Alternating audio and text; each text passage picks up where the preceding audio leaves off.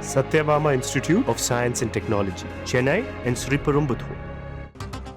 ஏக்நாத் ஷிண்டேவை விமர்சனம் செய்து பேசிய வழக்கில் நகைச்சுவை பேச்சாளர் குனால் கம்ராவுக்கு முன்ஜாமீன் வழங்கப்பட்டுள்ளது.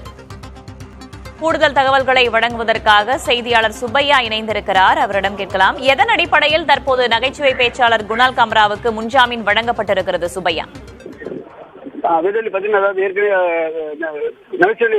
குனால் காம்ரா தனது யூடியூப் சேனலில் ஒரு வீடியோ வெளியிட்டார். அதில் தான் இந்த சிவசேனா கூட்டணி குறித்து குறிப்பிட்டிருந்தார். பாஜக தான் இந்த கூட்டணியை உடைத்து ஏக்நாத் ஷிண்டே முதலமைச்சர் குறித்து விமர்சனம் செய்திருந்தார். இதற்கு கொந்தளித்த ஏக்நாத் ஷிண்டேவுடைய சிவசேனா கட்சியினர் நிகழ்ச்சியை பதிவு செய்வது மட்டுமல்லாமல் அந்த நிகழ்ச்சி தொடர்பாக ஸ்டூடியோ அடித்து நொறுக்கினார்கள்.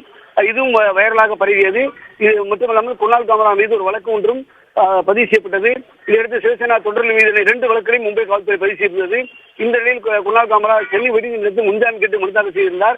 அந்த மனுவில் அவர் சொந்த ஊர் விழுப்புரம், அது விழுப்புரத்தில் வசித்து வருவதாகவும் மும்பை சென்றால் மும்பை போலீசார் தன்னை கைது செய்வார் என்பதால், அது மட்டுமல்லாமல் சிவசேனா தொண்டர்களால் தன் உயிருக்கு ஆபத்து ஏற்பட்டுள்ளது, இதை முன்ஜாமீன் வழங்க வேண்டும் என்று கேட்டிருந்தார். அது இது போன்ற ஒரு வழக்கு வெளியூர் பதிவு செய்யப்பட்டாலும் உயர்நீதிமன்றத்தை நமது எங்கே இருக்கிறோம் நம்ம உயர்நீதிமன்ற நாடி கேட்டால் கூட அதை டிரான்சிட் ஜாமீன் கூறுவார்கள். அந்த ஜாமீன் கேட்டு அதை மனு தாக்கல் செய்ய முடியும். அந்த அடிப்படையில் தான் குனால் காமரா சென்னை உயர்நீதிமன்றத்தை நாடி மனு தாக்கல் செய்திருந்தார். இந்த மனு அவர் சென்னை உயர்நீதிமன்ற நீதிபதி சுந்தரமுன் முன்பு இந்த காலை அவசர வழக்காக விசாரிக்க வேண்டும் என்ற கோரிக்கை விடுக்கப்பட்டது.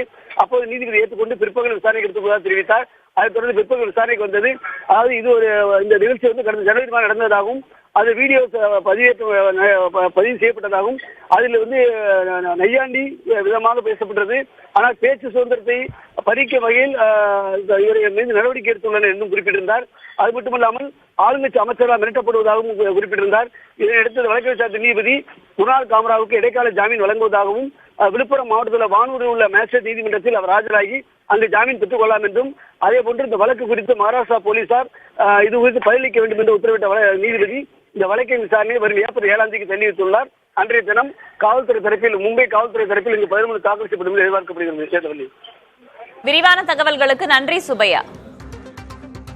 Satyabama Institute of Science and Technology, Chennai and Sriperumbudur.